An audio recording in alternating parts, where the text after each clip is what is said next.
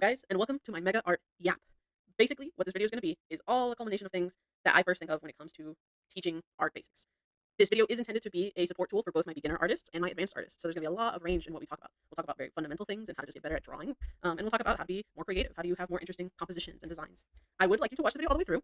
I would like you to also look at the mini videos that I have inside of this long video. Now, please don't panic. The mini videos are YouTube shorts. They're all like 60 seconds or less, and I'm sure you can find the time to watch them if you're also finding the time to watch TikTok in my class. So, easy trade-off. Now, for your assignment, I'll probably have some instructions that go with this, but I'll say them here as well. I want you to just open up your sketchbook to some nice clean sketch pages. I want you to get whatever tools you want, pen, pencil. My preference is always pen, but you're free to whatever.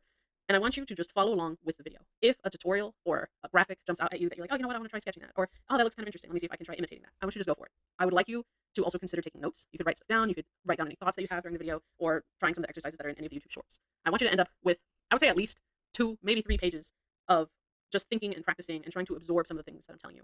This is where I try to collect all those gaps of knowledge that maybe I didn't get to teach you a certain thing, or maybe I didn't get to reach a certain lesson or topic this year. And I want to try and communicate those things one last time. Some of this stuff you might already know and is a refresher. If you're my advanced students, some of this stuff might be brand new to you, even if you are a more experienced artist. So let's go ahead and get started. We're going to start out with art basics. I'm going to split this video into chapters, basically. I'll put the timestamps either somewhere on the screen or somewhere in the description of this video, but they're all going to have this title card. So this is art basics, and usually after every title card, there's going to be a video page. These are the YouTube shorts that I was talking about. They all relate to whatever the chapter's about. So they're all about art basics, mostly about like line weight and how to observe things like value and shape better. These are things you can pull for your sketchbook. You can look at these exercises, try drawing some of these shapes that you see, and there'll be a lot of opportunity for stuff to add in your sketchbook throughout this video. I want you to take a moment. The slides for this video are also on Schoology, so I'm going to just take a moment here, pause this video, go watch these YouTube shorts, and then come back. Okay, now that we're back, one of the first things that I want to talk about, I've been talking about it all year, reiterating, bringing it up, is line weight. Line weight, if we have been living under a rock and haven't been listening to me, is when a line goes from this kind of thin to thickness. We've also talked about line quality, how when we're drawing something, we shouldn't be like chicken scratching it. We should be trying to have a little bit more confidence in our lines, making smoother or longer lasting lines. There's different reasons why we would use line weight. One of the main ones is because of lighting. This is a very like beginner interpretation of why we use line art. Wherever the light is, it hits an object, and the shadow we interpret as darker. So in these shaded areas, we have darker shadows happening. That's a very basic understanding of line art and line weight. We can use them for things like perspective. Let me clean this off real quick.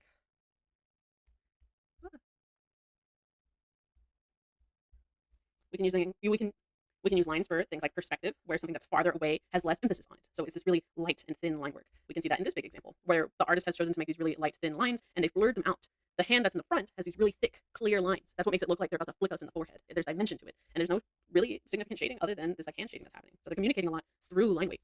These are kind of the same examples. Outline is another really common way that beginner artists use heavy line weight. It's something that I really like doing even now as a I guess more advanced artist, is I like going all the way around and just kind of outlining a shape or a form to make it stand out, maybe from the background, maybe from other forms. In a similar, more advanced way, we have overtouching. Wherever something kind of comes to a point, we can make thicker. If it's touching, those particles can almost start like blending or becoming into one visual area. So that's why this artist would choose this kind of thinness here. Don't mind whatever that is. Some other basic things that we could talk about just real quickly, because I know I'll talk about them more in different ways later in this video, are things like variety. Remember we learned variety. You can have a nice like simple drawing like this one, but the main issue with it is that all the shapes are too similar. If we look at all these pretty leaves, yes, they're nice, they're clean, but they're all about the same shape, they're all about the same size, and that can be kind of boring. This side, the shapes are more varied. There's more variety. We got shapes going that way, shapes going this way, shapes coming front toward the viewer. All of these just kind of either go left or right. These go up, these go down. There's a lot more movement happening. They're a lot more interesting to look at. If we come over and look at this example, we can talk about things like texture. We have this reference image of this girl kind of looking away. She has all this like messy hair. She has all this really clunky jewelry. She has all these like little lines and strands happening. How do we even begin to approach this? Well, this artist chose a way that is abstract. That means that they didn't really try for realism. They just tried for a way that still communicated the same feelings that we got from the picture. So we see that here, where they used this kind of like rectangular texture to make us like a curving line, because the lines and hair here were making like a curving area. We see that they've really simplified all this jeweled necklace into just some standout little moments, and that's totally okay. We still read that as a layered jeweled necklace. In this area that we've seen sunlight versus like a shadow, the artist really emphasized that and made this a whole highlight area, made this a really dark shadow, and even really emphasized this little tiny sunburn happening on her shoulder. They really exaggerated that, and it's quite lovely. Let us continue. This is a basic thing, but it does start to get a little bit more advanced when we talk about something called foreshortening. Here it is again, foreshortening. Foreshortening helps create depth or space. It's what makes something feel closer or farther from us as the viewer. We saw it in this hand example again. Artists freaking love this hand example where something is, look, once again, really thick and clear in the front, while the figure in the back has simpler or lighter line work. It's more interesting to have a play on the big side and the small side. See, if we look at this branch example, they're about the same quality all throughout. Now, yes, it does get tiny, but it feels so flat. There's not like a huge difference between what's big and what's small. Versus here, this gets really big, really bulky, and this gets really far away and really thin. We can see the same thing in things like roads. People love this kind of swerving serpent road. It can feel a lot more dynamic if we start really big and we let it get really so tiny we don't even see it anymore. We see the same thing over here in perspective use. When we're using it in figures, we can call it proximity perspective or foreshortening. But it basically dictates that whatever you want closer to the camera, you should probably make it extremely big. Look at how his hand here is about the same size as his head. That's not that dramatic. But his hand here is maybe 2 or 3 times the size of his head. That is a really interesting proportion to work with. All right, that's a good segue into an anatomy chapter. I'm gonna give us these couple videos on how to draw their anatomy. Feel free to go ahead and watch those and come back here. And I promise you they will help. And I promise you they have some exercises that you can add into your sketchbook. All right, let's keep going. First, we're gonna briefly talk about hands. It's a lot of artists' most difficult thing to approach. It's something that has a lot of little bends in it. It can look weird, but hands are a really easy thing once you kind of break them into shapes. We've talked about how you can break a hand into a square. You can add a triangle for like this thumb area. See how they did it here. And then it's just about breaking your fingers into segments, a segmented line. What I like doing is I'll go in and I'll draw what I'm going to call the hard line side of the finger. So if we notice, each of these fingers have hard lines and then kind of soft or bumpy lines, right? There's a rigid and a soft side to your fingers. I like going in and I like drawing all the rigid parts first. And that's just me. I like figuring out where they connect to the hand, to the box. Then I'll go in and I'll draw all the bumpy parts. And that helps me understand like where are they connecting, what are they doing. For sure, it can help you when you're sketching to do the box, do the triangle, and then let the wrist also act as almost like a cylinder at this point. Your body is just made up of boxes, circles, and cylinders. I promise. There's all these other tutorials we could look at about how fingers bend and twist. Most of your fingers, if not all of them, bend in 3 sections, the kind of big fattier part of your finger, and then it just tapers down like a worm. The fingertip is where a lot of people get a little bit thrown. It's really just kind of like a rounded rectangle. That is something you can stylize. People draw hands that are more square, more pointed, and that's something that you develop with style. These are really good like hand breakdown examples. If you wanted to put them in your sketchbook, that would be a pretty good idea. Up next, we can briefly talk about upper bodies and torsos. And how does that exactly work? Where do things go? Now, partially, we have to really consider anatomy as a muscular and skeletal level. I would love, and I have done, exercises where we work from the skeleton outward. We learn what kind of bones and muscles are happening there because that's what makes your body look like a body, the things underneath your skin, right? There's a lot of different ways that can be arranged as well. We have these 2 figures. This guy's a lot rounder, he's softer, and this figure is a lot more just like slimmer, leaner, and stronger. They have the same muscles. They are just used and shown differently. For example, this green part, this is the external oblique. My people that go to the gym that really target certain muscles, like, oh yeah, it's oblique day, or I'm going to work on my deltoids. That is part of drawing as well. Notice how when it's someone that's lean and fit, that muscle is quite tight, versus someone that's a little bit rounder, that muscle spreads out and allows us to be rounder, allows us to be smoother, right? You don't have to know all the muscles by name or exactly what they do. You just have to know where they insert to one another. How do they landmark joint to one another? So, for example, when people are drawing chests, I see this all the time. People will draw like from the neck to their shoulders. We draw these arms out, and then whenever it comes to like whatever the chest is doing, you guys just kind of like give up and draw these little like boxes. Sometimes people throw in a collarbone because it's something they notice, but it looks so almost awkward here. What we want to do is something like this one. Notice how this side says no, this side says yes. It's supposed to just be a helpful guide. This one takes those muscles that exist here. We can call this muscle, right? This becomes the deltoid, and this becomes where your arm actually is, like your bicep. Those muscles kind of bump and chain into one another. Notice how your deltoid curves into your bicep. There is this meeting point that allows your armpit to exist, right? We give this guy hair, his armpit hair would be there, and he still has a back. He still has a back. We can see both his back and his chest, not just whatever this is. Like if this guy had armpit hair, where would it go? Right there? It's weird. The collarbones actually connect to somewhere. It's still also that deltoid that brings in and makes the collarbone. They connect. There's all these shapes that they have to interlock with each other. We can't just guess where stuff is, otherwise it's going to look like we guess where stuff is. And all of them also move with each other, just like how our body and our muscles move underneath our skin. We have to think about that when we're drawing. All right, very briefly, we're going to talk about how we approach different ethnic qualities. A lot of the times, beginner artists do one of a few things. Either one, they really refuse to draw a variety of expressions or races or characteristics. And a lot of their stuff, to be honest, looks flat. It looks the same. A lot of your stuff ends up looking very repetitive. All your characters look the same, and nothing really stands out as one or the other. You get very comfortable drawing the certain type of features that you're drawing. And there's nothing really bad with that, but you're limiting yourself to what you could be making. And then another thing that I see is when people try to attempt other styles of features. For example, if you're someone that always draws white features, and then all of a sudden you're trying to attempt at drawing Asian features, you kind of lean in a harmful way of what you're depicting, instead of stepping back and looking at what those shapes actually are and why people actually look the way that they look. For example, in eyes, the reason that we see like the Asian monolid eye different than this Eurocentric eye with a double eyelid is literally because of the eyelid. It's also because of the hue that's happening in the eyes. If we gave this figure like eyelids and we stretched out their eyes and we made them have like a lighter tone eye, okay, this red is not working for me in this example, but you can imagine it would look more like this. And now we've removed the qualities that help make these eyes look Asian in the first place. Let's see if I can erase this. There you go. The way that they are now, that they kind of emphasize that darkness and the little bit of shine that happens, the way that they have like a rounded, shorter shape is helpful. Even things like eyebrows. We all have different ways that our face works because of our genetics, right? We have to look at people and break their face down if we want to capture them accurately and appropriately. We can also look at stuff like skin tone. There's a wide variety of skin tones. You gotta be careful. Sometimes beginner artists lean in really interesting directions. For example, making people that are very close to just being the color yellow or very close to just being the color orange. There's a lot of interesting tones to shift in between. We have people that are closer to pink, people that are closer to yellow, and they can come in all different kinds of tones.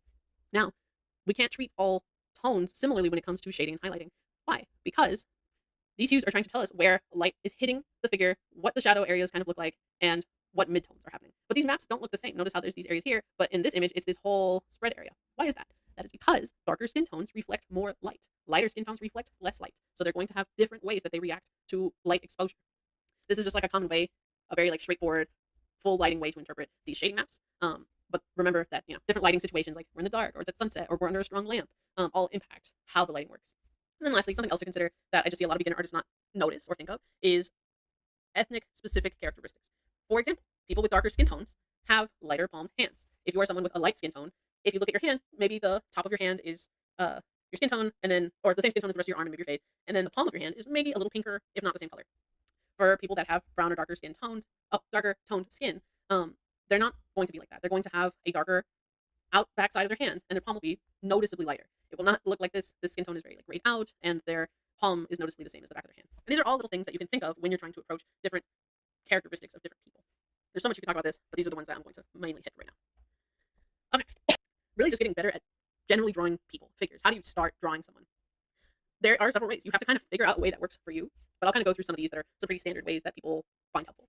One of them is blocking out what the negative space looks like in this form. So what this artist has done has established like, okay, I'm going to lay out that this boundary is roughly like this, and everything that I'm going to draw next has to be on the inside, right? It's not like we're going to have hair suddenly all the way out here or suddenly all the way out here. They're kind of landmarking where their form is happening. See how they also notice where the cheekbone inside of their head is happening? Now we've created a little bit more dimension.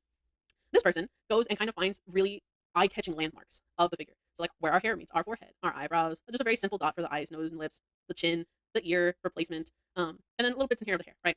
This just helps the artist now move forward. Like, okay, this is the right proportion between all these objects. Now I can start going in and connecting them. I can make the lines meet each other and figure out along the way what I need to sketch. This artist does something similar. This is one of my lesser favorite techniques, but I can admit it looks kind of cool. Basically what they're doing is they're starting at a focal point, and where these lines are hitting are making a grid to other landmarks. So when we draw this eye line, this next line happens at the bottom of their nose. This line happens at like the front of their nose and the front of their forehead and the bottom of their chin. It creates like a grid version of this method. This one is one that I do like. It kind of is a simplified version of this method.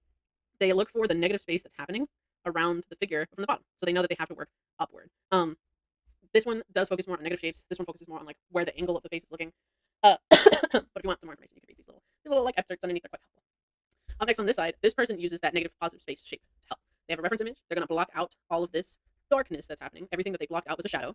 They're going to come over and then start maybe thinking about combining that with the first method, maybe looking at outlines and how forms are happening. Then they can start breaking it in, thinking about where they want to selectively pick things to emphasize, like a couple strands of hair, not every strand of hair, right? All right, up next is texture. I'm gonna give us a moment to watch a couple of these videos, and then you can come back. Welcome back. First thing you have to know about digital art and being in digital art is that digital art is full of sweats. These people will figure out the easiest way to achieve something in the shortest amount of time possible or in the most efficient way. Drawing and painting, you have no real other choice other than to be really precise, take it really slowly, do it really detailed and by hand. You have a lot of freedom as a digital artist about how much you can get away with. For example, in this little leaf tutorial, the way that they make this look so leafy is not by drawing every single leaf in this bush, but it looks like that, right? Notice how much of these are just squiggles. Most of them, almost everything in here is some form of squiggle except a couple. These parts that really stand out, especially on the outside of the bush, really help us in our mind understand, oh, that's a bush. And then along with these shadows that are happening, where these really dark, really overlapping parts that happen to be squiggles are darker, we can read them as just a really dense bush. Do you have to go up to a bush in real life and observe all the leaves in it to understand that it's a bush? No, your brain knows, like, oh, okay, I saw a couple leaves, it was roughly in this bush form, that's a bush. You can get away with that. By the way, something you can get away with in drawing and painting, as a side note. Just put that out. For this little hair tutorial, a lot of you guys, whenever you have people with hair that you're trying to draw, you always end up trying to draw like every single strand, and you gotta draw it all, and you gotta draw it all. You don't have to, really don't, and it's not gonna work, and it's not gonna look good. There are ways you can go around that. For example, here, this person started off with just a base shape, this general curl shape, and then they added a darker value every so often using kind of like a hatching method, right? Everywhere that it would be shadowed. Then they go back the other way. Notice that they leave this gap that happens in the middle of all these dark areas. That's what lets us read this like ending stroke texture, so that way it looks like hair. Now that just looks like hair, and that looks like hair, and this is hair. Did they draw every single strand of hair? No. But again, just like the push logic, our mind is easily trickable, and all we gotta see is a couple little here and there hairs, and our brain is like, wow, that is hair. Here's another way. This one is more limited to digital art. And yes, I know this is not in English. I'm asking you to look at the picture and use some context clues on what we're looking at. This one is in English, and they're basically the same tutorial, but they approach it in a slightly different way. Now, I feel like buildings are something that a lot of people end up trying to draw, especially beginner artists. And whenever I see you guys draw buildings, you guys end up trying to go in and draw out all these windows. Maybe some of you that are more responsible will use a ruler or like a cleanup tool, but then some of you guys just do stuff like this. And then we end up getting like these really weird like windows that got big because we got lazy and it was ugly and it's gross. It's bad. Now, we could have saved us so much time and had a better result had we figured out to manipulate shapes and colors. For example, this person takes a flat panel, something you can make a lot easier than having to draw in perspective, right? They take a flat panel with all these different little yellow lights happening to represent rooms, and they use the warp tool, the perspective warp tool, to apply it to this shape. Then they do the same for the other side. So now we have a rectangle. And then they just add a couple little bit of like overlay and adjustment layers. Now this is a building with a little bit of, pizzazz. This person does something a little bit different where they draw out all these squares, they apply it, just like we saw over here. But now, because this is probably a separate layer with all these little squares, they can go in and change some of these values to look a little bit more realistic than this one. They have some windows that are reflecting like skylight. We can interpret that these are reflections of like other buildings nearby. It's quite well done. I like this tutorial more, but I feel like this tutorial is easier if you're trying to get away with something cheap and quick. Again, here's other ways that digital artists are just really sweaty at being efficient. They'll take, again, a basic shape, a basic color, and how can we start rendering it or carving it down to being the textures that we want? For example, in this stone brick, we have a block. We make it a little bit uneven. We start allowing that unevenness to be even more, and we kind of overlap our dark and lights. So that way it's not just this really messy, squiggly block, but now it's a block with purpose. It has these interchanging light and dark values.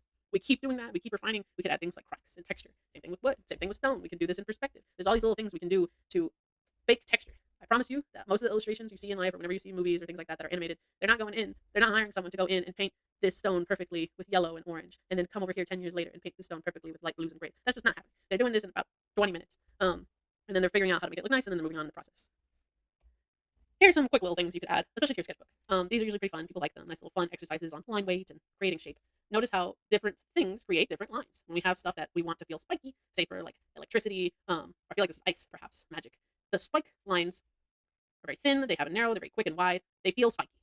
How can we make water feel waterier? Well, it has to have wigglier lines, they have to wave, and they have to have a different kind of weights to them because water moves differently than light and energy, right?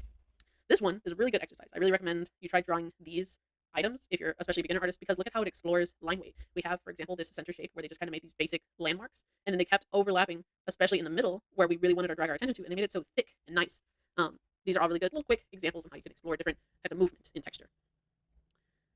One of the main things about texture is how we're shading, how we're approaching that, especially in digital art where you have a lot of easy, quick access tools. First thing I want to bring up is something that I've been noticing a lot, especially in beginner artists, is we're almost afraid to make shadows, and we really hug the sides of objects. Notice how, in this example, the person drawing kind of just said, like, okay, my light source is going to be here, therefore all my shadows must be here, right? That makes sense.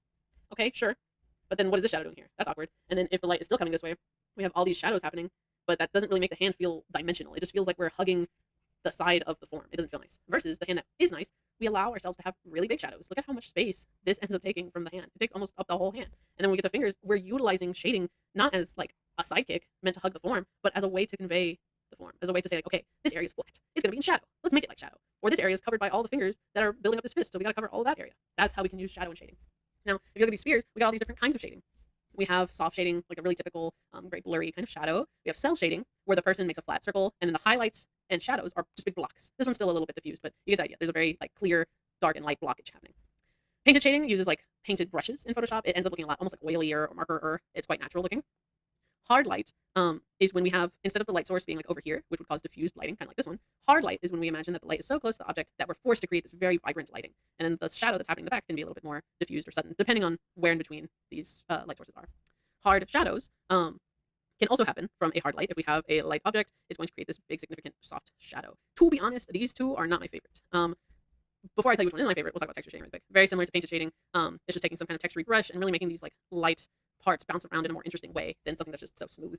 My favorites are probably these more textured ones and this like standard cell shading one. But that's just because they're some more basic, handy dandy ones, to be honest. Up next, composition. Here's a couple videos on composition. Feel free to go watch them and come back. Okay, composition is something that takes all the little parts of the image and we have to plan what we're doing. We can't just throw stuff out there and hope that it's going to make a good picture. We also have to be careful about things like line and value and contrast. Let's look at this picture. That's a pretty neat drawing. Good job, artist. You drew all the trees really well. This little forest back here is nice. We got all this grass. Why is this a failing picture? And why is this one a better picture? I'll give you a couple seconds to think about it. If you said, because this one's easier to see, you're correct. We have a very clear foreground. Remember, that's the stuff that happens in the front of the picture. It's very dark. It captures our attention, and it's really clear that it's framing the picture. And then everything from this point onward gets lighter and lighter and less detailed. Here, everything at the same time is competing for our attention. Our eye is just going to kind of go all over the place, and there's nowhere for really us to rest and kind of take a moment and absorb the picture. These two images, I know this picture is a little blurry. These two images both do that. But what's the difference? One of them is a change in mood. So when we have something like this, it's very symmetrically, oh shoot, fully missed that. Very symmetrically balanced. It feels like we're approaching this figure. It feels like we're about to be confronted by this figure, right? There's a directness to it. This one, where we've tilted the canvas, we've forced our viewer to look at this tree a little bit more and really frame this in a crooked way, makes it a little scarier, makes it a little bit more interesting. Who are we? Are we chasing this person? Is this person getting chased? There's a little bit more intrigue, a little bit more action happening just because we tilted the camera.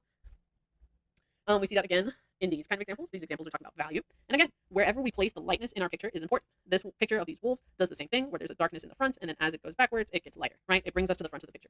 The front of the picture is called the foreground. Midground is whatever happening in the middle of the picture. And background is just whatever's happening in the back. Pretty easy. 1, 2, 3. You can manipulate where the light, medium, dark is happening. It's not a hard rule that the dark should be in the front. That's just usually a little easier to absorb. This one has the dark in the front. These help frame the subject, which is in the midground, right? And then the background is light. This one, while they're still in the foreground, the subject is what's so dark.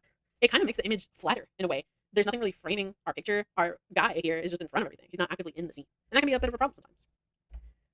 When we're going for stuff that's a little bit more interesting, here's how we can push some of those things. For example, can be a really nice drawing of a castle. There's definitely a foreground happening and a background happening. How can we add a little bit more intrigue? Maybe adding a little bit more to the image. Where are we coming from? Maybe we can add a focal point. We can create this curve is trying to indicate that the artist chose that all this area was going to be dark. That makes a little bit more of an interesting composition. This setup is okay. It's very balanced. We have these, what we're at kind of like a dock. These can be like light poles and then a figure in the middle. Very balanced. We can play with space by making one closer to us and one farther from us. That makes it feel a little bit more dynamic. And then again, our mind doesn't super love a straight line. We love some motion. We love to be on a journey, and we can take ourselves on that journey. Here are some more examples, mostly focusing on a figure. If we have someone that's just in the middle of the room, what if we kept them the attention, but changed where they are? We can make them smaller. We can give them some narrative by placing them in an environment. Let's say we're trying to do the classic camera thing where we're looking over someone's shoulder. How can we make that more interesting? We can make them bigger, more dynamic. They're looking down at us. They hate us, or whoever this figure is. Same thing if we do the opposite. This is looking up at someone. Looking down at someone has the opposite feeling, almost as if we're judging them, almost as we're looking at them to be small versus them to be grand, big, right? How can we push that when we're already at like starting point? This starting point is okay. We have a figure, he's in stress, he's in this like maybe jungly background. Push it. Keep going, more dramatic always. Frame the image with something, add some foreground, blur something out so we're really focused all on our main dude. If we have a person in a environment that feels really flat, everything's just kind of going the same angle, push it. Make the angle go towards the corner of the page or towards off the page. Make it feel a little bit more like we're in the environment, unless that we're just taking a snapshot of the environment. Here are a couple more examples. These are already kind of touching on things I've just talked about, so I'll kind of just let you look at them, the different ways that we can take something from being all one level, all one flatness, to adding some dimension, letting there be, remember always, foreground, midground, and background. That's how you're going to get an interesting and dynamic composition. What are happening in those 3 areas? Okay, this one, I've talked about it before, that this is my pet peeve, is a tangent line. And every time I see it in y'all's artwork, I always correct you on it. If you want to get better art, you have to start identifying your tangent lines, because they are killer. They are killer. What is a tangent line? A tangent line is when you have something that's barely colliding with something else. So for example, in this comic, this speech bubble is creating a tangent line with the comic panel right there. Ew. Right here, they're not touching necessarily, but they're really close. Ew squared. It's okay to either make something smaller, or if we're feeling trapped by something, burst out of it. Make something bigger, but don't let the tangents get you. Here are some examples, maybe in a scene context. Notice how there's a tangent here where the clouds are touching the bubble's touching this is touching the house. This guy's ear is touching here. This guy's ear is also colliding with the line of the house itself. Look, I'm just basically copying this image. They're everywhere. And we don't have to do too much to fix it. We just got to make the roof a little bit closer in. Get rid of the cloud. Make the bubble move a little. And we're good. Let everything have its own personal space. Either make something bigger or make something smaller, but don't let these lines touch each other. It's ew to the max. Ew to the max. Here's another example. Her hair touches these frames. Ew to the max. Up next, characters, everybody's favorite. I promise I will also talk about photography stuff in these slides as well, if that's something that you're looking forward to, and graphic design. This is just one of the things that I get so many questions and so many projects on that I want to express a couple additional tips that might help. First are a couple videos, if you'd like to go look at them. Welcome back. First things first, we got to bring back negative space. Negative space in character design lets us read their silhouette. It lets us know a clear description of the character and also what they're doing. So let's look at this example. This person is drinking a bottle of water, but in their silhouette, if we kind of just trace them out, what are they doing? Who knows? That is not dynamic. This is dynamic because we can clearly see that now they are someone with a ponytail with their hand on their hip drinking some water. That's clear. That's dynamic. Good. When we look at negative space, this is how we can get a clear read on a character's design. If you're ever going into animation or character design, this is going to be something that they pick on you about all the time. Notice how we don't really change a lot of this character. She still has these gigantic ponytails. She still has a little dress. She's even in a similar pose, but we just let everything have its own space. Push things out so that whenever we see them, they have an opportunity to shine on their own. Maybe that might mean exaggerating some features, like really making her ponytails big and stiff, really enlarging this curl, making the dress a little flitterier. Things like that help us have a clear description of the figure silhouette. Whenever it comes to color, color is a difficult thing too. How do we approach that? There's a really important rule in design. both in characters and in graphic design and in movies and stuff like that, is the 60-30-10 rule. That means your main color should take up 60%, a secondary color can take up 30, and then a tertiary color can take up 10. In this example, their main color is pink. It takes up all this space. Their second color is purple. That helps give us like a clear focal point, and then they just have a little bit of space for this highlight. Same thing with this example and this example. When we apply it to character design, we can have the same thing. Look at how much of this outfit is this blue. The secondary color is their skin tone, and this extra little bit is just for extra details, like their hair and this kind of like darker part of the robe. Maybe that is how they color a character without it being too overwhelming about too many different colors. This visual cheat sheet is again just about shape readability. It's about negative space. How can we push things to here? Look, here's a tangent again. How can we push things to have their own space, even if it means exaggerating portions or shapes happening in your character design? Lastly, for this kind of subject, ins and outs are really important. When things go in and they kind of smooth downward, we associate those kinds of characters with maybe either being evil or strict. Perhaps they can be shy. Perhaps they can be someone that has maybe like a more serious personality. Ones that have a lot of lines that go up. Notice how they don't all go up; these go down. But a lot of upness, up, up, up. Even the little hand goes up. A lot of upness helps us think that this character has energy. They might be rambunctious or positive. Or they might be playful. All those kinds of like energetic, uppity words. Pushing proportions is really important in character design as well. Unless you're going for realism, you want to really exaggerate what a figure looks like, especially in like Western cartoon design. To be honest with you, look at how we have this man that he has. He's kind of a big chest. He's got a big beard. And he's pretty proportioned out. Homie is cuboidal. He's a square. What the artist does is really exaggerate that upper body, make him this big, huge dude. That's the part we care about. So we got to balance it out with something that takes up less of our attention. We're gonna slim down his legs. They're gonna add maybe like some little textures, like these little oil stained pants. This is a hard working ranch man. The belt buckle is really important, and a little hat. They emphasize his beard. All these kinds of things that really grab our attention, that really scream out, "This is a hard working cowboy man." Same thing when we have other shapes. Think about what is important for us to look at the character and what should we immediately know about the character. Should we know that they are big and strong, emphasize their upper body? Should we know that they are perhaps evil and cunning? Perhaps maybe give them sharper shapes, make them long and thin and almost snake-like. And these are all these different ways you can play with shapes. An easy exercise you can do with shapes, by the way, is make a shape. I'm throwing this in here because we're talking about shapes. It doesn't have to do a lot with character design, but I really like this exercise. Make a shape, force something to fit into it, while keeping it logical. So all this artist does is make these birds fit into these different shapes. Now, would a bird like this exist in real life? Probably not. That buddy has a broken neck and a broken spine. However, everything is still roughly in the right place if we were forced to fit in that shape. These wings are doing something to actively take up space. This tail is doing something to actively take up space. It's a really fun and puzzly kind of exercise. I recommend you make an attempt, even if you're just copying these bird shaped ones. Next is clothing. Here are just a couple videos I found on clothing. And welcome back. Clothing folds are tricky. There's a lot to think about. We got to think about material. How thin or thick is this? Is it a stiff material like a button up, or is this something smooth like silk? Is this something thick like wool or thin like cotton shirt? There's so many things it could be. One thing it's definitely not though is a chopping block. You are not going to make good wrinkles by just throwing a bunch of lines out there. That looks scary. That looks bad. We're going to talk about how do you figure out where these wrinkles and lines come from. You just do have to identify using this little handy dandy chart. What kind of material are you working with? They all work differently. Things that are thicker or softer are going to have less opportunities for folding over itself, so it's going to have less wrinkles. While things that maybe have droop are going to have more space away from the body versus something that's tighter, like a work shirt. Now, for these droop points, we're looking for areas of tension. You can kind of see it, especially when we like raise our arm. Where does clothes connect? Where do they start overlapping and moving on top of itself? Things like our shoulders, when we raise up our arms. When our arms are down, they kind of naturally hang off of our shoulders and kind of start sagging on our tummy. If they're like a baggier shirt, if we're moving one of our arms, that's going to follow along with it. If we're bending over, we're going to start creating like a puff of air in our shirt. It's going to get baggier. Same thing with materials. We got to think about like pants. What kind of material is happening there? How tight is the fabric? Things like skirts will have a lot more drape than things like jeans. Jeans will have maybe a couple wrinkles to work with. Our main points of tension in pants are obviously going to come from the knee, and that's where wrinkles are going to happen. You don't really see wrinkles here that much, like this upper thigh butt area, unless you're doing something like a loose pant. But even in like skirts and loose pants, those upper thigh wrinkles are very few and far in between. It's really, to be honest with you, about the knees and about whatever's happening like in the kind of crotch area whenever we're like twisting and moving around. Here's another just little expression on folds materials. It's a good read. Here's a couple graphics on approaching folds again, but maybe in a little bit more of an elevated way. For example, let's say now you get it. Okay, I can get that there's supposed to be wrinkles here and here. How do I make this better? Guess what? It's the line weight again. It's always going to come back.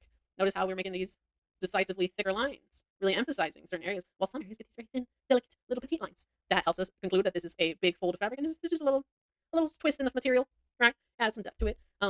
We can also start thinking about how things are laying on top of each other. So here's a really good example. I see a lot of beginner artists interpret a hoodie as like a tube around them instead of letting it kind of droop on top of them. This is like a really stiff, bulky hoodie, and this is something that's a little bit more what you would wear on a day-to-day, something that actually folds on itself and droops down, right? Or whenever we have these kinds of like fitted cuff wrist things, that wrinklage down here is going to collect down here because things like a sweatshirt are droopy. They're not always going to be something like this that's so tight. For my more advanced kids, here's a really interesting graphic on how to apply images to material, actually following like the flow of distortion instead of just being like, bam, there's a graphic on the t-shirt now. Okay, one more touchback into character design. I think this is my wrapping up slide for character design. Let characters be diverse if you're making like a panel of characters.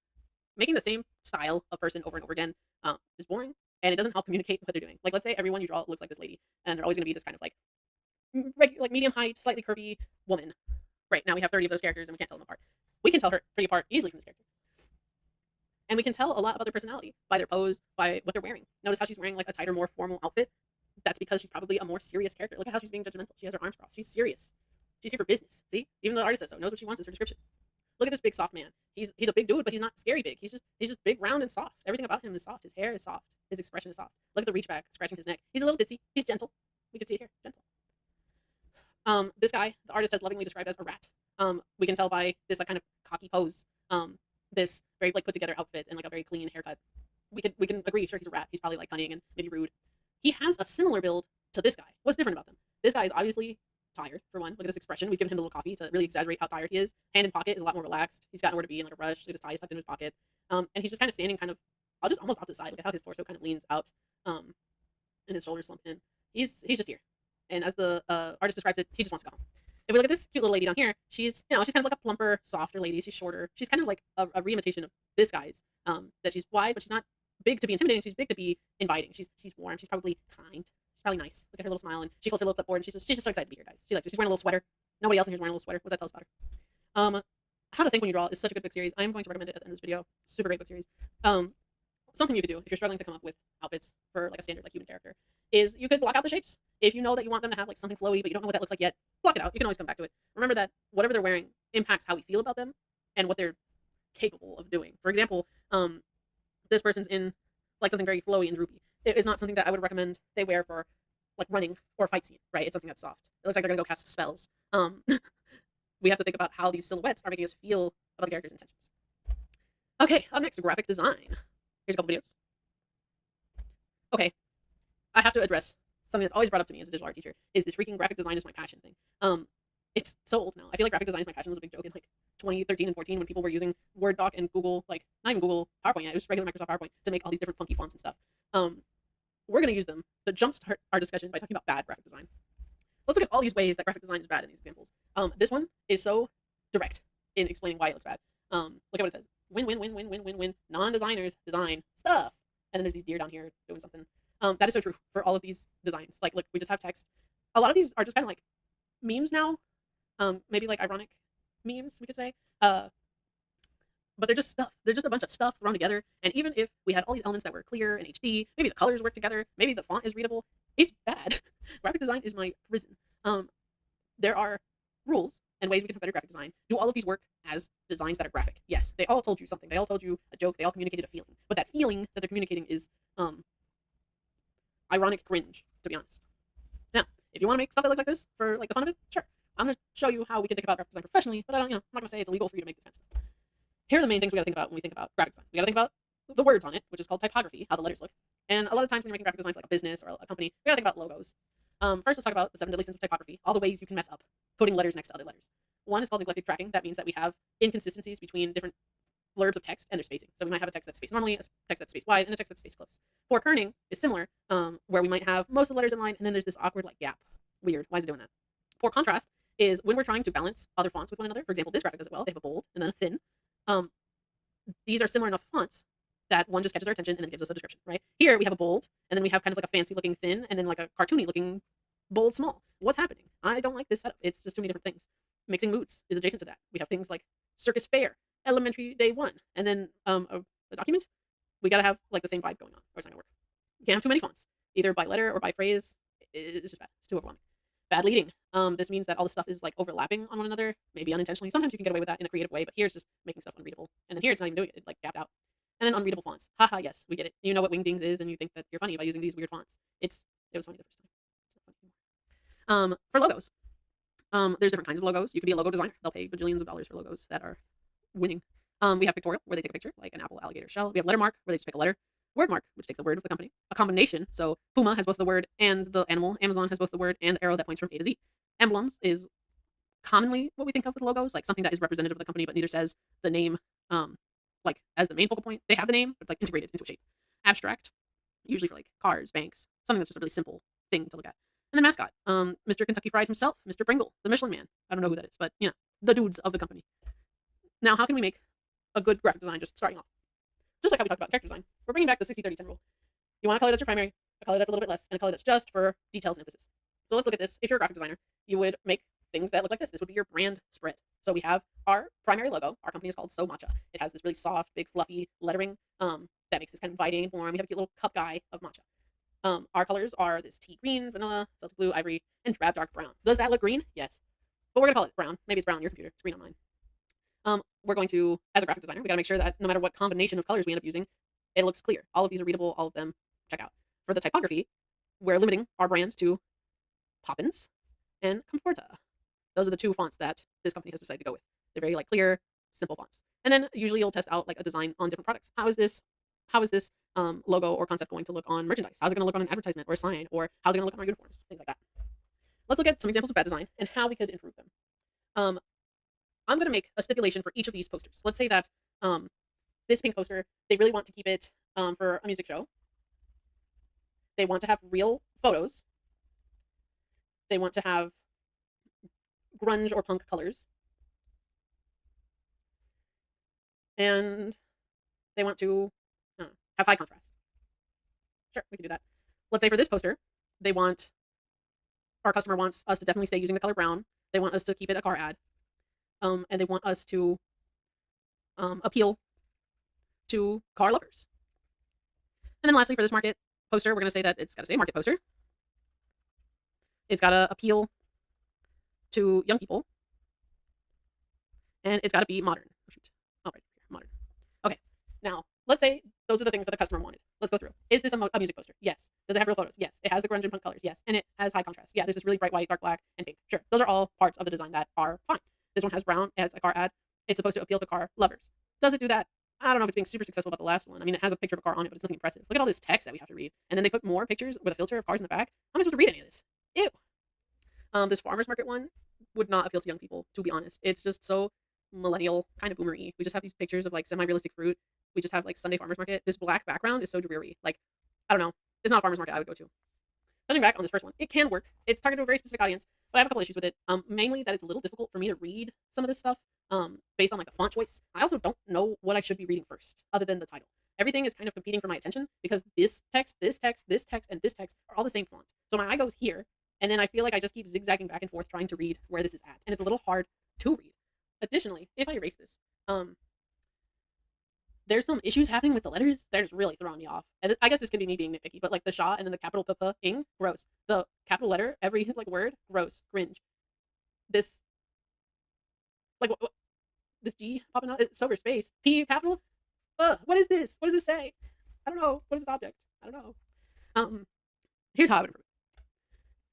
Let's talk back and forth. Does this still have realistic photos? It still has high contrast, like a punk grunge color scheme. It's really sharp and still a music tour poster, right? I'm not trying to recreate these. I'm just giving you like a worse and better example of each of these categories, by the way. But look at how much clearer it is to read this. Unplugged. Radio's open mic night. Friday, April 7th.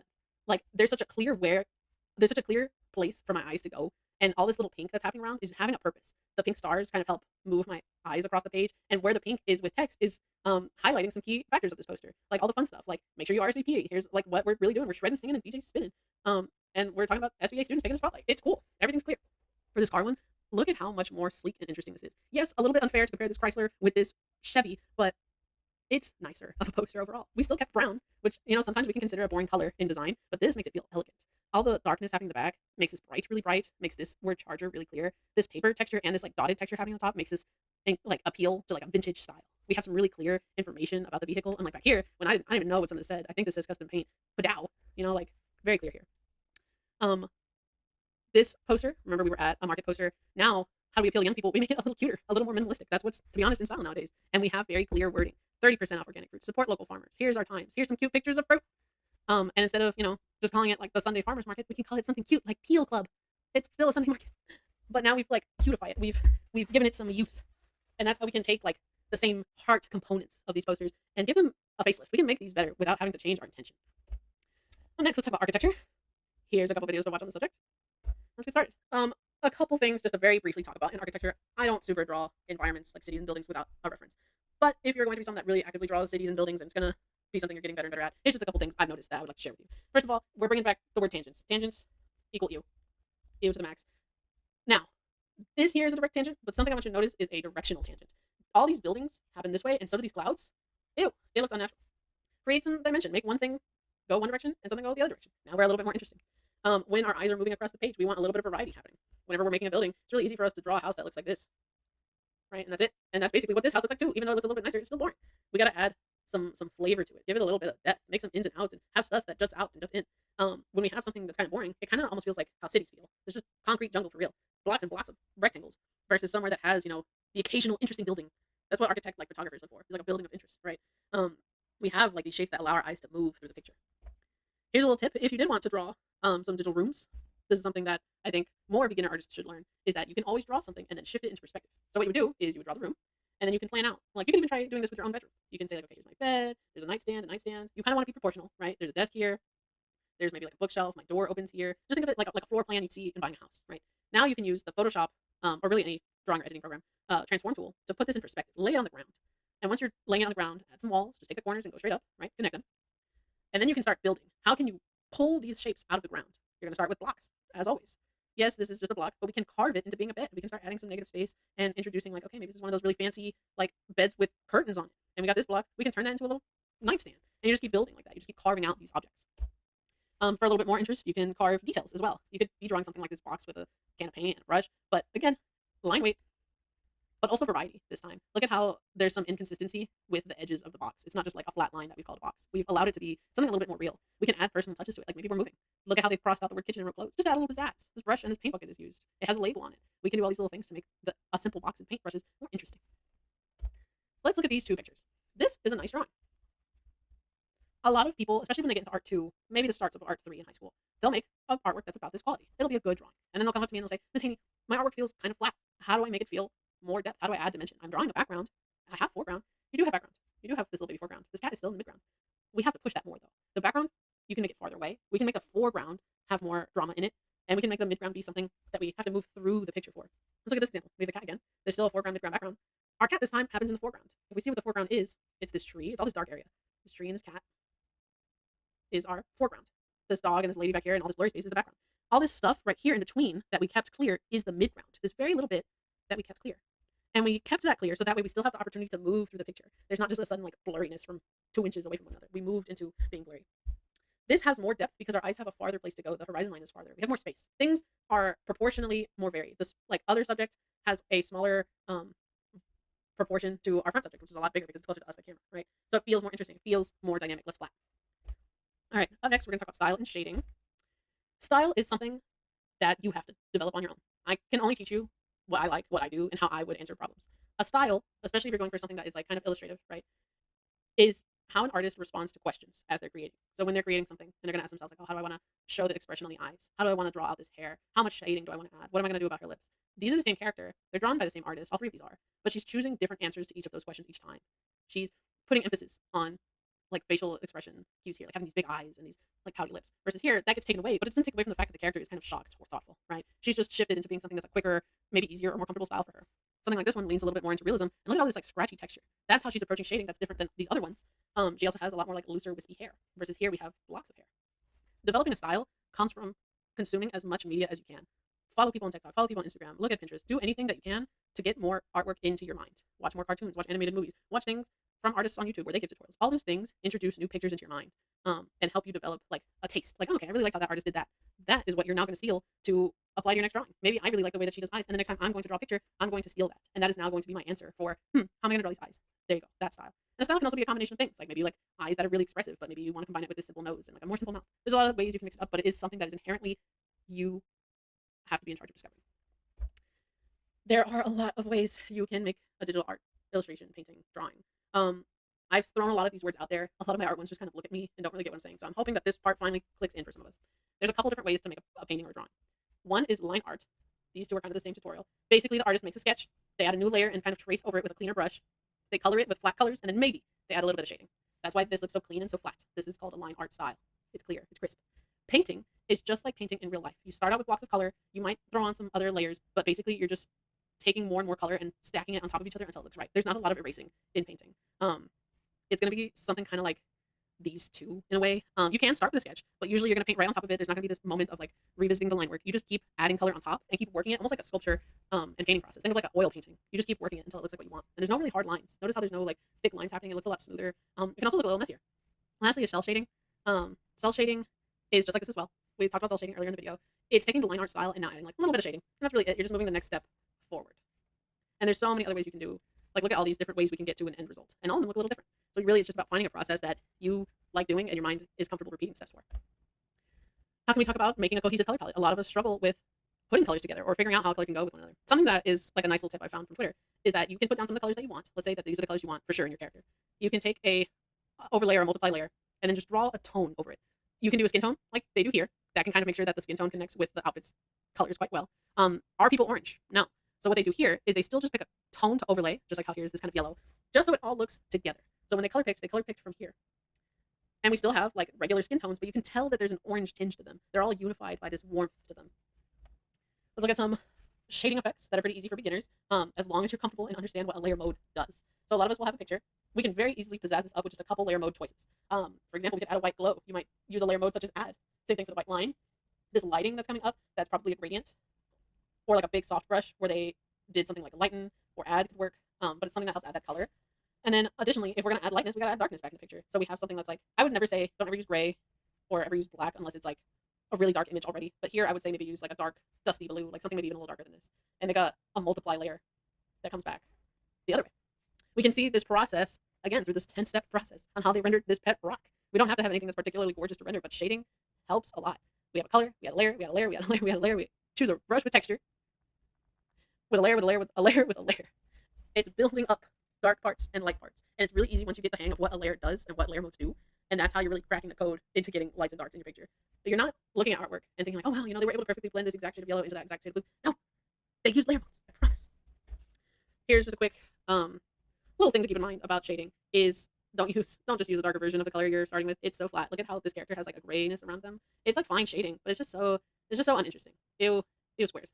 Use an analogous color or a complementary color, something that gives a little bit more pizzazz. Like look at how this one ends up being bluer than our starting color. We got a pink for a yellow. Look at how much more interesting this hand shading looks than this hand shading looks. We have some dimensionness happening, and they don't have to be real shadow types. It can just be an interesting thing to look at, like the way that this is a blue shadow and this is a pink shadow. It doesn't have to be that real. It can just be nice looking. That's okay. Here's this person's process for drawing this girl and making it nighttime. We add a layer, a layer, a layer, a layer, a layer. Again, adding darkness and then introducing a brightness. So now it looks like a starry night time. Here's a couple videos on the subject. I decided to put at the end this time. Okay, up next is reference photo bashing. Here's a couple videos for the subject, both for photo and for drawing. So here's some examples of what I mean for photo bashing. And you've always been able to do this, okay? This takes a couple extra minutes of editing. It takes a little bit of effort. But you, at this point, you do have the tools to be able to do this. Like, look at what they're doing. They're collaging together pictures using selection tools. They remove the background of those objects. You know how to do that. They're editing the hues and saturations of these objects. You know how to do that. They're adding things like multiply layers, where they probably multiplied on top to add darkness, and then added like a bright layer on top to add brightness. You know how to do that. They blurred some elements that are closer to the camera. You know how to do that. Those are all things that those skills individually. Combining them, this is the kind of stuff you can do. You can use photo batching to create just an image by itself. Like this can be an advertisement, or this can be its own image as well. You can also use photo bashing to combine references. Pinterest has this cool feature where you can click a couple different like reference items and collage them together. So we can pretty obviously tell that this blue figure is made by a different artist than these gray figures, is made by a different artist than this green figure, right? They are notably separate. What someone on Pinterest did is collage them together because they want to use them this way. They want to make a new artwork that takes the inspiration from these base models and this background art and create this composition where we have all this set up. We see that again here. They have like a big figure in the back. I think it's from Tokyo Ghoul. They collaged in this giant hand that they found, a star. They have this mirrored figure where it's the same on the left and the right, and then this hooded figure. They put all these things together so they can now work off of it, not trace off of it, but use it as a starting point of like, okay, here's how I want to set up this composition. You can also use it for things like photographs, like or paintings. This is like a little illustration of a garden, and then they put in their sketch. This is someone that made their own sketch of like a couple running, right? So they've planted it into this scene. So now they have somewhere to work off of. They don't have to just guess what the scene is going to look like. They can work off of this on a new layer. You can use photo bashing in a couple other ways. You could take real photos of real objects and use them in a creative way. For example, we see here, this is just a little pile of dirt. There's a couple weeds. There's a rock. But look at how this artist reinterprets that to be part of a river. They interpret these little rocks and plants to be part of a big scenery, right? And they introduce some new abstract shapes just to kind of frame the image. Or if we look here, this person has like a little lantern. They've made these sticky notes to indicate where they wanted their figures, and they've made all this shape just to turn it into a forest scene with a little boat. It's all the same shapes. Look at how they recaptured this kind of like twisting rag thing into being a tree that's fallen over. How clever. That is so lovely. They have planned like figure 1, 2, and 3, like where are they going to be, and they've turned this lamp almost into like a little lighthouse. It's quite cute. You know, it's quite lovely what they've done with the photo. Okay, up next, how to get better at art, just straight up. I'm sure that you recognize this book. Most of us do. The Very Hungry Caterpillar by Eric Carle. Let's look at all the ways that people have reimagined this artwork and have been inspired by this book to make a piece of art. You can do things like insert culture. This person just kept the idea of a worm eating a bunch of apples. This person, if you've actually seen the book, you know you can flip through it and it'll have these holes through all the objects that the worm is like interactively eating through, right? They like cutify it. They remixed it into like their own style. This person kind of stuck to the original material, but again, they changed the style. This person made just a character based off of the style that could easily fit into the universe, so they reimagined. This one made a graphic design that is inspired by the themes of the element, so they've kept the themes. This one combines two source materials. This is a Pokemon combined with this kind of papery texture and a play on the Very Hungry Caterpie title. So they've combined Pokemon in the book. This one takes like a very simple graphic and combines it with their political feelings. So we can call this a social remix or meme. Oh, shoot.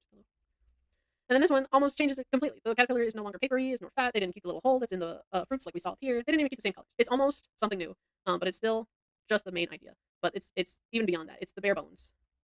Oh, many space. Bare bones of a worm that is hungry and is a caterpillar eating fruit. These are all the ways that I can just begin to think about how you can be inspired by something. And this chapter is called How to Get Better at Art. I really hate to break it to some of us. The only way to get better at art is to continue to make art and to continue to absorb art, again, through social media, through movies, through people on YouTube, through looking at other people's art or going to the museum. That's really the only way you get better at most things. You want to get better at a sport? Tough luck. You're going to have to practice that sport. You're going to have to work out even when you don't want to. You want to get better in your English class? You're going to have to read more books. You're going to have to write more often and be thoughtful about what you're writing. Another thing that I bring up in this is what you're choosing to do day to day, whether you want it to or not, affects who you are and the person that you're outputting to be. So, for example, let's say you really ignore all your English work. You're failing English almost every year, right? You're just barely making a 70 every year. It shows. People don't have to know that you're failing English. They can tell by the way that you have poor communication skills, by the way that you don't fully articulate yourself when you're asking questions. All these little ways that they know that you probably aren't doing a good job in English because that requires practice and communication. I know when we're not getting better at art is mostly because we're choosing not to practice art. It's the same thing for anything. So when you look through your sketchbook and you're genuinely thinking like, did you get better? Yes or no is up to you. Did you do the exercises? Did you make an effort? If you think you even got a little bit better, that's because you tried. If you're like, nope, I blew off art the whole year and now we're here. Okay, well, now you've wasted both of our time. But I'm doing this as one last effort to get you to think about it. I want you to think about how the things, even as a hobby, that you can be picking up can open you up to being such a different person that you don't even know is waiting for you. Okay, now that I got that little rant out of the way, let's continue. There's a lot of things you can be inspired by. It doesn't have to be something that's already inherently artistic. A lot of people get inspired by small little details, like these little stickers that come on the fruit, or the price sale stickers that come on different like thrift store objects and whatnot. How can we be inspired by something so small and kind of plain? Well, again, we can transform anything into anything else. The more things that we consume, the more ideas we get, the more we can reuse those ideas later. So if we take the idea of the banana stickers, but we also really like graphic design, we can try our luck and try all these different ways. How can we make a graphic using a banana? Both in maybe like a pattern way, maybe in like a silly way. Look at these two dudes climbing a banana, or this muscle made out of a banana. This one's interesting. It's a banana as a heart inside of like a ribcage. These are all pretty cool. They're all different ways that this artist chose to explore a banana design. This artist really likes the idea of the stickers on the fruit, but they really kind of cartoonified them. Look at how there's like a kiwi, there's like polka dot lemon, these little blueberries, and they made these like big stickers that are like the sale stickers, but they're just kind of cartoony and cute. Same thing for this advertisement. They really liked the shape of the stickers so much that they repeated it as the shape of the leaf and the shape of the clouds. And this happens to be like another advertisement for like a fruit sale, I think. Yes. When we look at examples like this, these take the idea of the stickers and of the fruit and of that like papery sticker texture, but now it is a way for them to express some slam poetry. Was it just a game to you? But I'm in so deep, I'm such a fool for you. The cranberries, that's by the Cardigans. This is a music lyric, Did you have to let it linger? The way that they like make this a small text and make this a big text grabs our attention. They're just really experimenting with how can they take the idea of a sticker, take the idea from these song lyrics, and combine them. This person literally makes stickers based off of the fruit stickers. This person really likes packaged fruit, so they kind of illustrated that in like creative, colorful ways. This person really likes a lot of elements about shopping, like the receipt texture and the basket full of stuff and the stickers and this like packaged ramen and all this stuff, and they just really appreciated it in an artwork all in one. How about it for, expressing emotions? Let's explore that more. If we look at this emotion, we see a woman and we see a man, but we only see his shadow. He's not actually here, right? This is kind of a feeling of loneliness. It's also emphasized by this blue color, right? It's kind of sad. Maybe he's lost or forgotten, or maybe he's just not in the picture. They could have broken up. This could be a heartbreak. Anything you can really interpret from this, right? Let's look at the ways that we can combine graphic art and the same theme. In this theme, all of them are about that feeling you get when you're trying to talk to someone, you're trying to communicate with them, and it's just not working out, or they're not returning your calls. You feel like there's a disconnect And there's different ways you can feel when that happens. For example, it's like this poster. Hey, can we talk? They've blurred out the phone. I just don't feel good with how we left. This helps convey a sense of like unease. Like the artist is showing an anxiety for how the relationship is. They want to talk through it. They feel uneasy, right? This one is really pink, collagey, but you've been so out of touch. This is a lyric from Cat's Eye. It's supposed to still be cute. It's not really emotionally negative or positive. The pink helps us feel balance, and so do these little sparkles. It just kind of feels a little bit like poppy. So can I call you tonight? Ring ring. I hear your voice on the phone. Now I'm no longer alone. Again, another lyric. I think this is by Boy Pablo or the Wallows. One of them, I'm pretty sure. Maybe the Wallows. But look at how much energy is being introduced. There's all this like explosive shape happening. The text of "Can I call you tonight" is quite big. The colors that we have are a little bit more powerful. They're still pink. There's a little bit of red and orange happening. That here feels very forward. It doesn't feel scared or anxious the way that the first one did. It doesn't feel sad. It just feels anticipated. Like I really want to call you tonight, right? I'm looking forward to it. Positive. Calling for you. I want you to come back. And it's this like old retro-y phone. They've put in some other stuff in here to make it feel retro, like this texture on top that feels like an old TV screen, right? And this like globe back here that's supposed to feel all these textures that feel old school. This neither really feels that positive or negative. It just kind of feels very forward. They're just being very direct about that they want you to come back. They're calling for you. There's this really intense energy pointing towards the phone again, just like here. There's a little bit of this blue happening. We can interpret that as like a blue sadness. Pink is anticipation or anxiety, right? It's like a quick or passionate emotion. So there's kind of a mix of emotions happening here. This one I think is quite stunning. This Motorola, they've put like a little bit of like a burned text, not text, a burned overlay happening. The uh, contact name is Backburner. Hey, are you still there? Ugh, painful. It's not even us in the sense that we're supposed to empathize as if, in this one, we're supposed to feel that we empathize with the artist and that they're sad, they're anxious. We think about times that maybe we had a bad conversation with someone that we want to try and reconnect with, but it's difficult. It's heartbreaking. This one feels different. There's still like a disconnect happening, but now we're on the other side of it. Being like Backburner as the contact, this implies to us that the person that is being texted, the person asking, "Hey, are you still there?" wants us. We don't want them. They're a side piece for us, right? This is so like almost annoying. Like we can, if we were to try to empathize and be in the shoes of the person that this is directed to, we can interpret that like we're ignoring this person. Maybe they're just someone we're hanging out with. Sometimes we're ignoring them. We don't care. And this could easily be this person on the other side. They could totally be like anxious, thinking about us. They want us to talk to them. But it's such a clever setup. It's so simple, but it really forces us to be in the shoes of someone that is kind of a player. And it's when we try to empathize with that, we're almost annoyed by someone being clingy. If we look here, this is really interesting. They've made a graphic with the street signs. We have these two arrows going here and there. I'm sorry we got lost. I hope our paths cross again.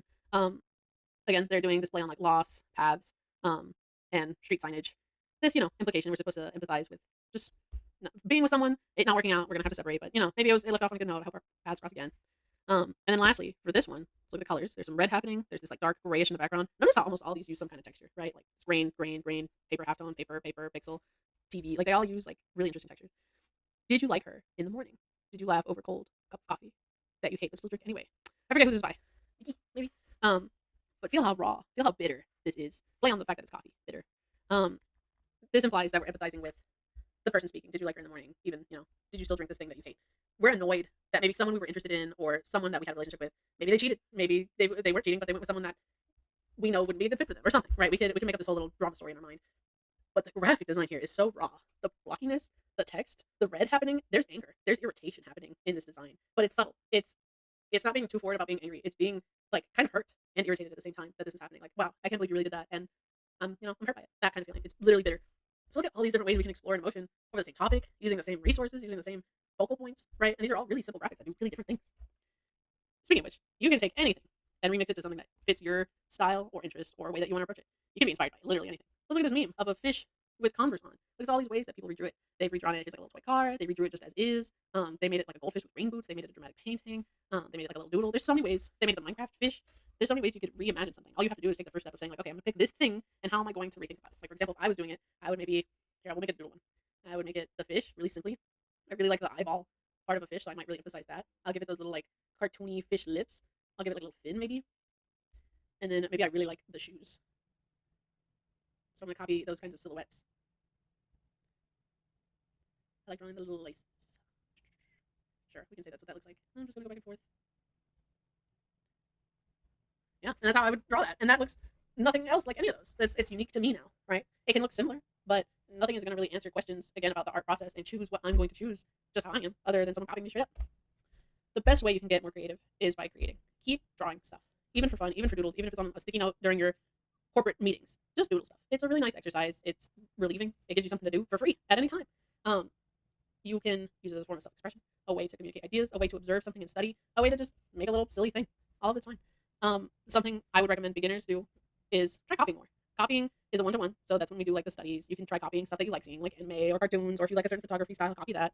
But as you're getting more into it, especially my twos, my threes, my people that maybe want to really doodle and draw more often, more regularly, you gotta start translating. Take stuff as a reference point. It'd still be whatever you like from shows and movies and whatnot, and push it to be something that's yours. Remix it into being something that you've originally made. I'm gonna wrap this up. I've talked for a long time. My voice is getting tired, and I want a snack. So I'm gonna wrap this up by just sharing some of my favorite art as a way to just expose you to more art. I'm gonna toggle through it, but you can always pause it. And at the end, I'm just gonna list some books that I would really recommend if you want to learn more about art if you're not staying in art. I hope you guys liked my little presentation. If you have any questions, as always, I'm somewhere.